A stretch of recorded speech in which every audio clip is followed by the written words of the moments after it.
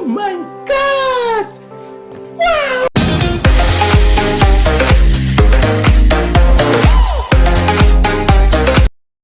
Yo, what's up mga kasunggab? Nandito na naman po ako, si Agayot Sila mula sa bayan ng Salcido.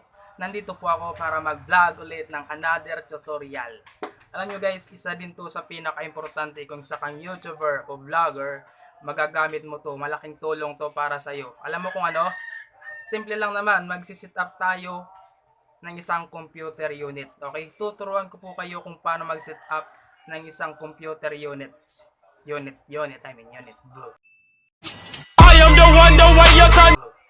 Okay, so ngayon, yun po yung gagawin ko ngayon. Guys, unang-una po sa lahat sa mga nanonood na marunong na mag-set up o mas magaling na talaga sa computer or ano pa man dyan, manood na lang po kayo. Ito lang po ay isang content ko sa vlog at gusto ko lang din pong makatulong sa mga hindi pa marunong mag-set up. Kung bago pa lang kayong bumili ng computer, makakatulong po to sa iyo kasi ipapakita ko po dito kung paano i-connect yung mga hardware ng computer. Okay? So yung mga syempre yung nakanuna, yung tawag dito, yung 'di ba, bibili ka ng computer. Tapos pagpunta sa bahay, syempre hindi pa 'yung nakakonek-connect. So ngayon guys, 'yun yung ituturo ko sa inyo kung paano mag-connect, paano i-connect yung yung UPS, yung CPU, yung keyboard. So ngayon guys, kung meron din kayong Globe at Home Prepaid Wi-Fi, tuturo ko rin po sa inyo kung paano i-connect yung hardware or yung connector niya. Okay? So ngayon guys, panoorin niyo po yung video. Maikling video lang po ito. Pero guys, bago po muna ang lahat, gusto ko pong huwag niyong kalimutan po na pindutin yung kulay pula, yung subscribe button. At saka huwag niyo rin kalimutan i-click yung bell button para updated kayo sa mga bago kong video. Do it! Just do it! Okay? So ngayon guys, kung meron din po kayong mga katanungan about sa aking video ngayon, at sa mga susunod kong video, huwag niyong kalilimutang mag-comment lang po sa baba para masagot ko po yung lahat, yung mga tanong niyo sa akin at gusto niyong malaman all about sa akin. Don't worry guys, sasagutin ko po yun kapag alam ko. Yun lang po guys. Okay guys, so ito pa guys, additional po. Please po guys, lalong-lalo na po sa mga kapwa ko YouTuber or sa mga manonood ng video kong ito, please panoorin niyo po muna, tapusin niyo po muna yung video ko hanggat maaari. Kasi malaking tulong po yun sa akin bilang isang vlogger. At the same time, matututunan nyo rin po kung ano yung video ko. Okay? So ngayon guys, di ba sabi ko pa nga, pag natapos kayo manood ng video, doon na po kayo mag-subscribe o mag-like pag nagustuhan nyo po yung video. Okay? Yun lang po guys, salamat. Ito na po yung video within 3, 2, 1, 0. A few moments later.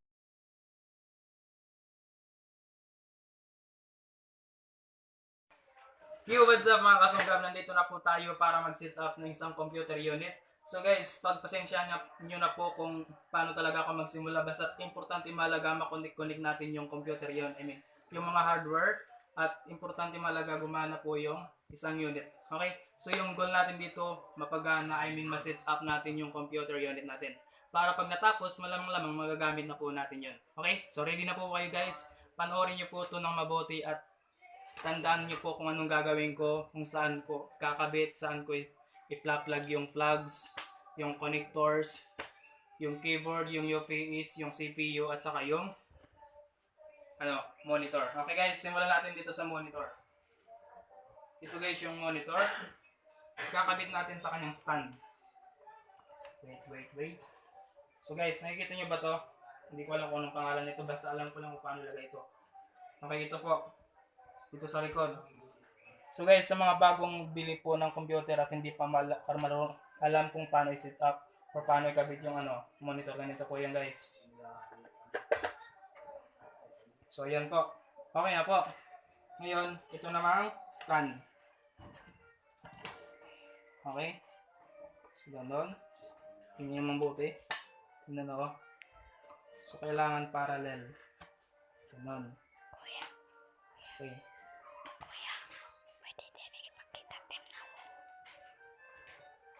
Okay, so ngayon guys, okay. Ngayon, lagay naman natin dito. Yung lagyan, basta yung lalagyan ko ito. Okay, shit, natanggal, sorry.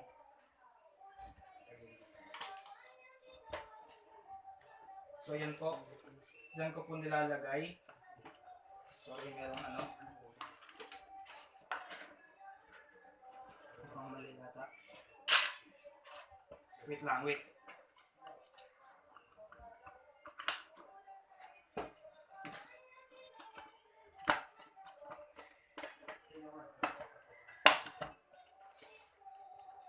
Wait lang guys, sorry. Ang init.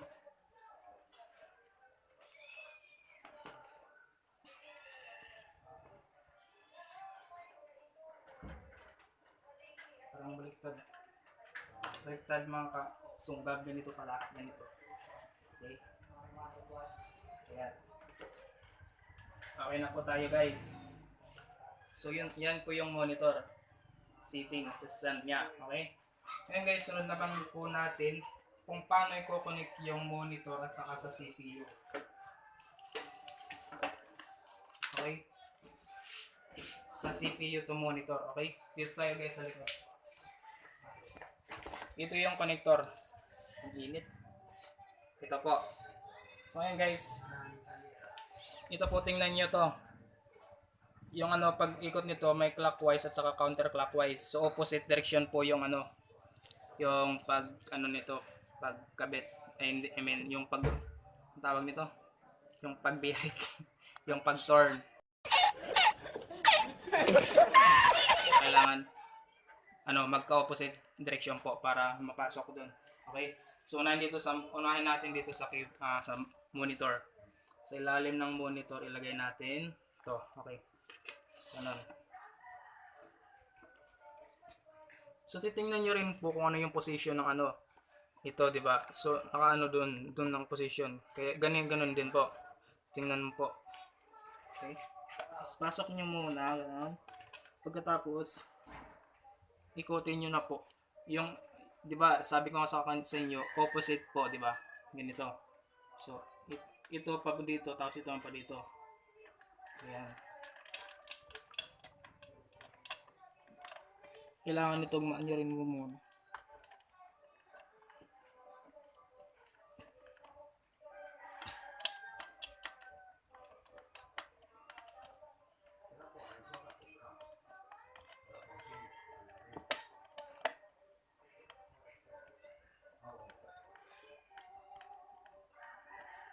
So yun na po. Kailangan ano, i-lock nyo talaga ng maayos.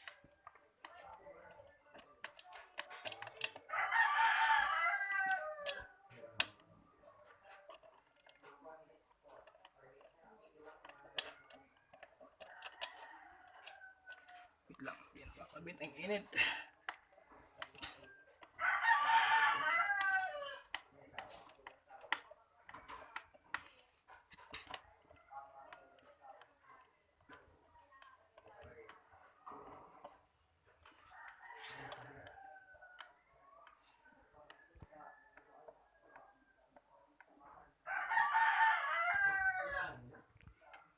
So ayun na po guys, okay na po. Huwag masyadong ano mahigpit, baka di na matanggal.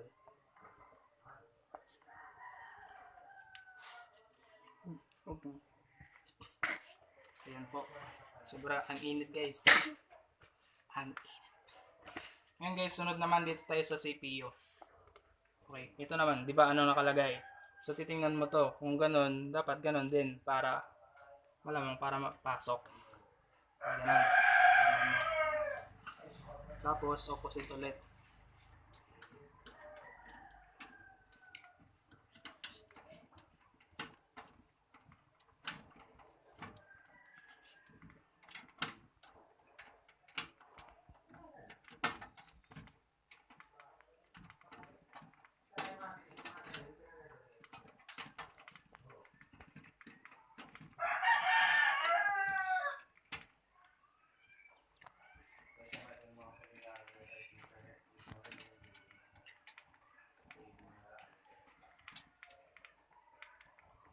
Ganun po. Dapat sakto lang, wag masyadong maigpit, baka di na maano.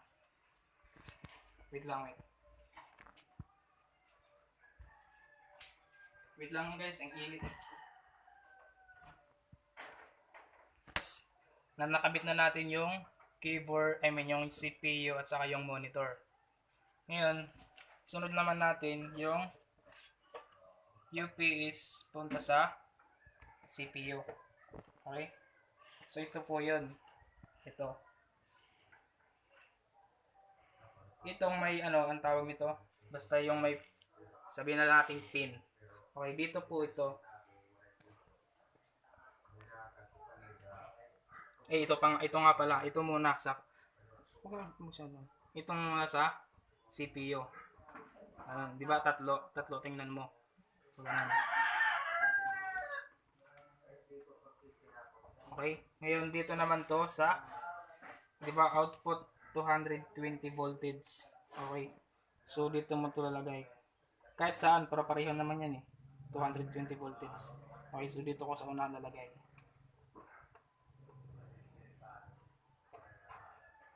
Okay? Okay na po. So okay na yung UPS, CPU at saka monitor. Ngayon, connect natin yung papunta naman sa monitor at saka sa UPS. Okay? Sa monitor at saka sa UPS. So, kabitin mo natin dito. Ngayon, ito guys, remember ulit kung ano yung kung saan ba, yung angle, ganun, basta ganun. Parehan na lang yun kung ano yung Tingnan nyo muna sa baba. So, ngayon, yan yung kalagay niya. Ganun. So, ito yung ganun kalagay.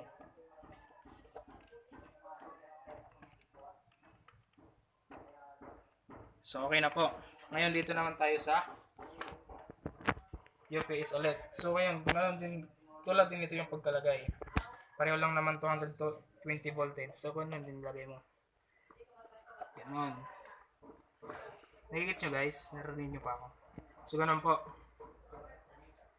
Ngayon, okay na po. Connected na po yung tatlong hardware. Yung UPS, CPU, at saka yung monitor. Ngayon, punta naman tayo sa keyboard. Ito yung keyboard guys. So, ito yung niya, USB. So, USB siya, di ba? So, dito kahit saan dito lagay mo basta USB connector to. Okay, so ito. Dito mo siya diyan. Okay na yung keyboard.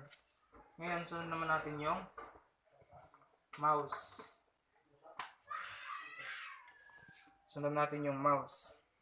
Okay. Siyempre, dito rin siya sa tapat. Pwede yun. Kulay black siya, di ba? Kulay black ng niya. Kaya dito rin siya.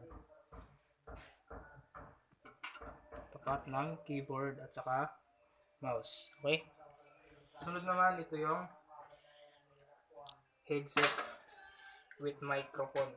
Okay? So, hindi to, pang gamer. Pwede ito pang gamer. Pwede din pang vlog. Pang live streaming. So ngayon ito, tingnan nyo kung saan dito yung speaker, yung microphone at saka yung headset. Okay, ito yung para headset.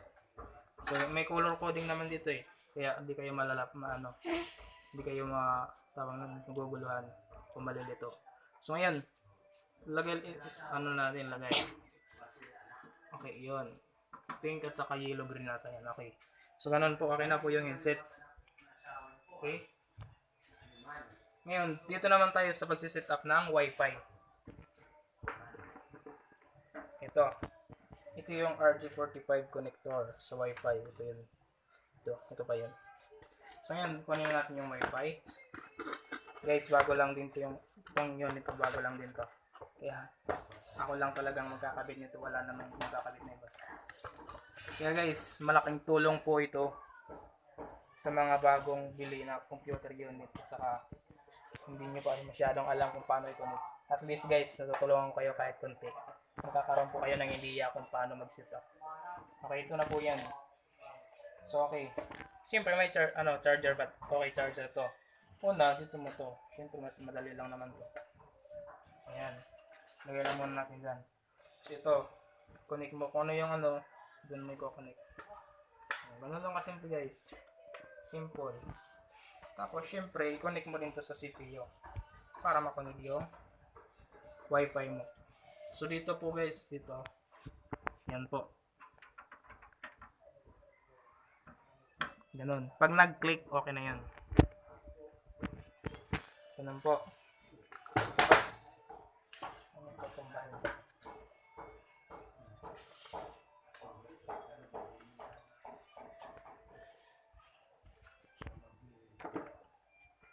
Okay guys, usog lang natin yung minute natin para isaksak na natin. Wait.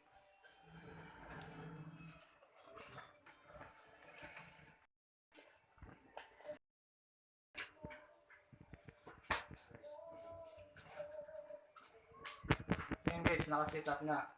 Tingnan natin kung okay.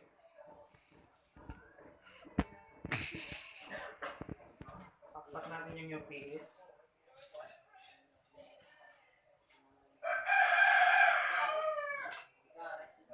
Yeah. Okay. Pinutin yung UPS. Ayan, okay na. Tapos yung CPU. Yan.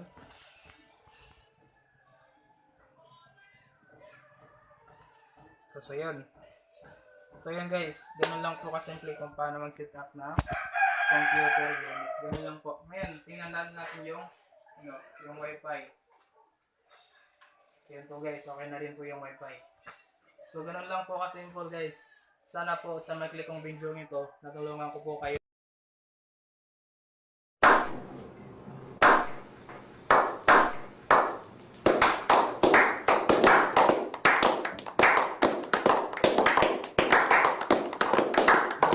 Natulungan ko po kayo at natuturo ko sa inyo kung paano mag-set up sa simpleng paraan lang po at sa aking natututunan lang po.